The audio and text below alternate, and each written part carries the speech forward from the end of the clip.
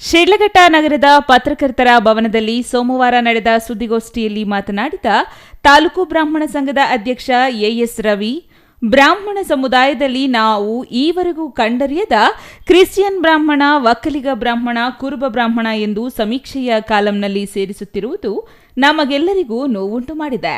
ಹಾಗಾಗಿ ಕೂಡಲೇ ಸಮೀಕ್ಷೆಯ ನಮೂನೆಯಲ್ಲಿ ಈ ಮೇಲ್ಕಂಡ ಉಪಜಾತಿಗಳನ್ನು ತೆಗೆದ ನಂತರವಷ್ಟೇ ಸಮೀಕ್ಷೆ ನಡೆಸಬೇಕು ಎಂದು ಒತ್ತಾಯಿಸಿದರು.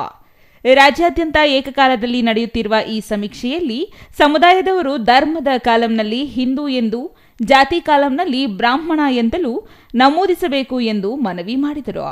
ಈಗ ರಾಜ್ಯ ಸರ್ಕಾರ ಏನು ಈ ಜಾತಿ ಸಮೀಕ್ಷೆ ಒಂದು ಸಮೀಕ್ಷೆ ಮಾಡಕ್ಕೆ ಹೊರಟಿದೆ, ಅದರಲ್ಲಿ ಅನೇಕ ನ್ಯೂನ್ಯತೆಗಳಿದೆ ಅಂತ ತಮಗೆಲ್ಲರಿಗೂ ಗೊತ್ತಿದೆ. ನಾವು ಇದುವರೆಗೂ ಕಂಡರಿಯದ ಆ ಉಪಪಂಗಡಗಳು ಯಾವ್ದಾವುದೋ ಸೇರಿಸಿದ್ದಾರೆ.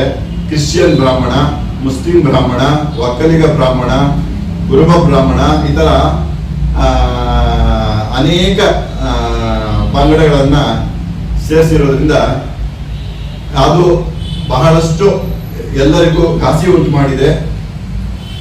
ಆದ ಕಾರಣ ಈ ಎಲ್ಲ ನ್ಯೂನ್ಯತೆಗಳನ್ನು ಸರಿಪಡಿಸಿ ತದನಂತರ ಈ ಒಂದು ಸಮೀಕ್ಷೆಯನ್ನು ನಡೆಸಬೇಕು ಅಂತ ನಾವು ರಾಜ್ಯ ಸರ್ಕಾರದಲ್ಲಿ ಆಗ್ರಹ ಮಾಡ್ತಾ ಇದ್ದೇವೆ. ಛಾಯಾ ರಮೇಶ್, ಸಿಟಿವಿ ನ್ಯೂಸ್, ಶಿಡ್ಲಘಟ್ಟ.